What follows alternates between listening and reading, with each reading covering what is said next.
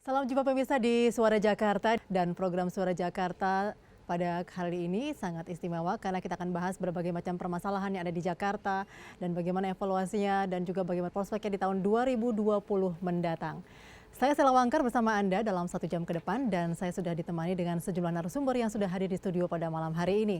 Kami perkenalkan satu persatu. Dengan samping saya Bapak Bambang Prihartono, beliau adalah Kepala BPTJ, yaitu Kepala Badan Pengelola Transportasi Jabodetabek. Selamat malam Pak Bambang. Selamat malam Mbak. Terima kasih bersama kami. Dan juga dengan Bapak Bestari Barus, beliau adalah mantan anggota DPRD DKI Jakarta. Selamat malam Pak Bestari. Selamat malam. Terima kasih bersama kami. Dan juga dengan Bang Ajastigor Nainggolan, beliau adalah Ketua Forum Warga Kota Jakarta atau Fakta. Selamat malam Bang Ajastigor. Selamat malam Mbak. Ya, terima kasih bersama kami. Baik, ya dalam 2019 ini berbagai kejadian sudah terjadi di Jakarta begitu ya. Mungkin saat ini yang paling juga kita ketahui adalah mengenai kekosongan Wakil Gubernur DKI Jakarta nih Bapak-Bapak ya. Yang sudah sejak tahun 2018 bulan Agustus Pak Sandiaga Uno sudah resign ya, sudah mengundurkan diri begitu ya dari posisi sebagai Wakil Gubernur, namun sampai saat ini juga belum ada penggantinya. Mungkin dari Pak Bambang nih, walaupun tidak berkaitan langsung, tapi apakah juga ada pengaruh nih Pak dalam kinerja mungkin BPTJ dalam hal mungkin berkoordinasi dengan pemerintah? Ya, baik Mbak Sela. Memang secara spesifik tidak terlalu berpengaruh ya, karena memang sampai saat ini juga Pak Gubernur dengan para disub-disubnya bisa bekerja dengan baik.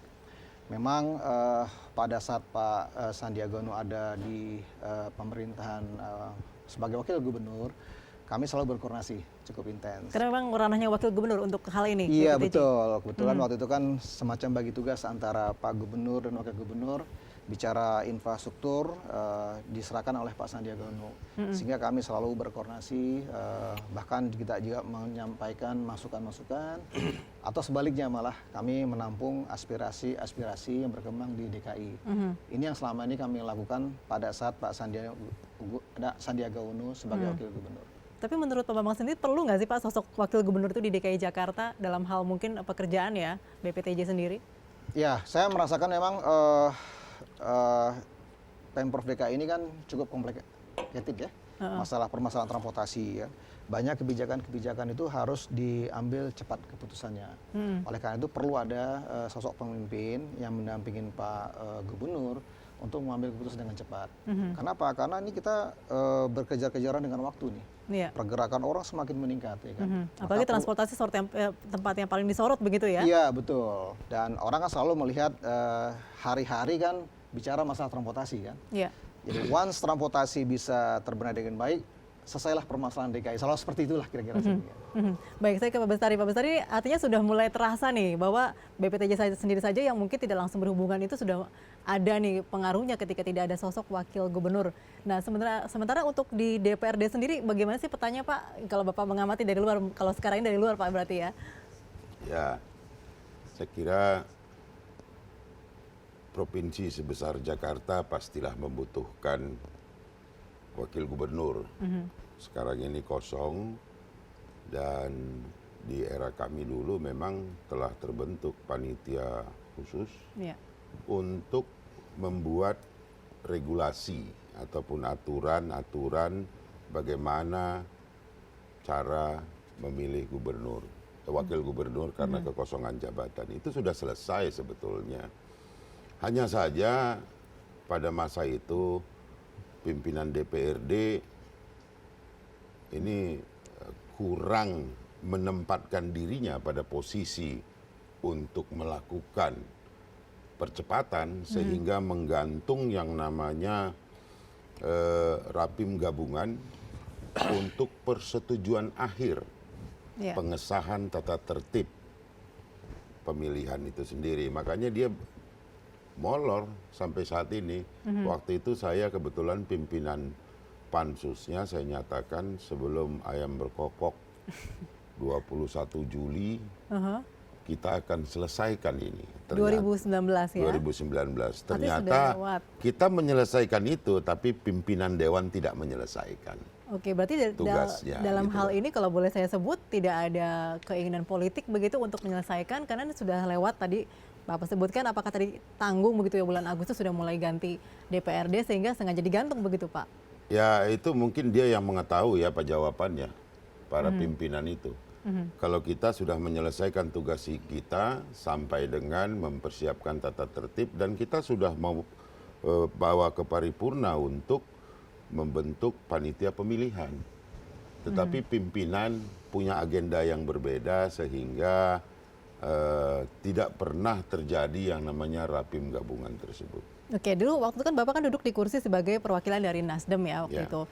Nah kemudian memang diserahkan kepada dua pihak yaitu PKS dan Gerindra saat itu memang posisi secara terakhirnya. regulasinya apabila terjadi kekosongan jabatan maka partai pengusung mengirim 2 nama melalui gubernur kepada DPRD untuk diminta melakukan pemilihan.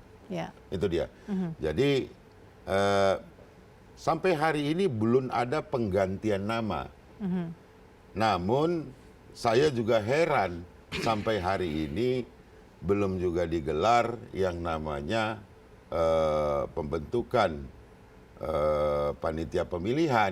Entah apalagi lah yang dipikirkan para pimpinan dewan ini, ya bisa nanti dikonfirmasi langsung saja kepada ketua DPRD. Oke. Gitu. Yang baru ya begitu ya. Ya.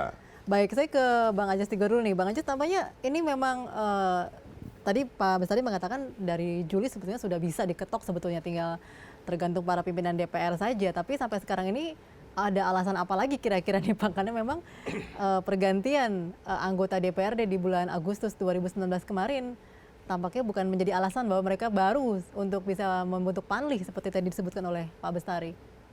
Ya, tadi kan disampaikan oleh Pak Bestari sebetulnya dari tata caranya sudah ada sebetulnya kan, tinggal artinya gitu, jalannya sudah ada dikasih gitu kan oleh panitia khususnya ya, pansus ya, tinggal bagaimana menjalankan kendaraan pemilihannya kan gitu, itu kan ada di panli, itu yang nggak jalan menurut saya. Jadi memang ada tarik menarik ya. Dan mungkin kebijakan itu tidak ada di pansus. Iya, nggak bisa adanya pansus. di pimpinan dewan untuk dewan. membentuk panlih itu sendiri. Gitu. Jadi nggak dibuat, kendaraannya nggak dibuat oleh pimpinan DPRD untuk jalan di jalan itu gitu loh. Itu soalnya.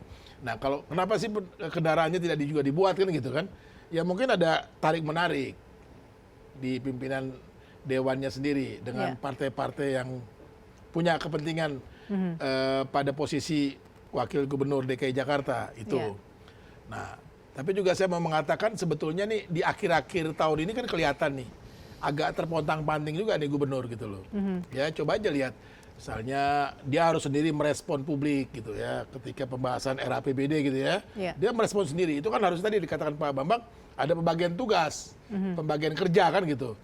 Gubernur untuk apa, wakil gubernur untuk apa. Jadi semuanya sekarang terpusat di gubernur. Saya pikir itu dalam sebuah manajemen pemerintahan itu kurang elok juga gitu loh. Ya jadi termasuk apa ya berat. Bayangin dalam pembahasan RAPBD gubernur yang harus menanggapi itu, makanya salah-salah nanggapinnya. Waktu pembahasan RAPBD bilang, wah itu salah isi, kan? Akhirnya ujungnya asal ngisi karena sistemnya nggak smart. Tiba-tiba mundurlah 2 pimpinan dinas kan. Nah, ada lagi misalnya kemarin gitu kan, pemberian penghargaan. Itu kan sebetulnya bukan porsinya gubernur juga menanggapi. Sampai ada yang PPSU juga kan. Itu harusnya bukan juga gubernur. Nah, jadi menurut saya kelihatan nih sekarang beratnya mengelola atau memanage pemerintahan di DKI Jakarta tanpa wakil gubernur. Oke, siapa sebetulnya yang berhak untuk mendorong ini? Tapi kita akan bahas nanti setelah break sejenak. Kami akan kembali pemirsa bersama Anda setelah pariwara berikut ini.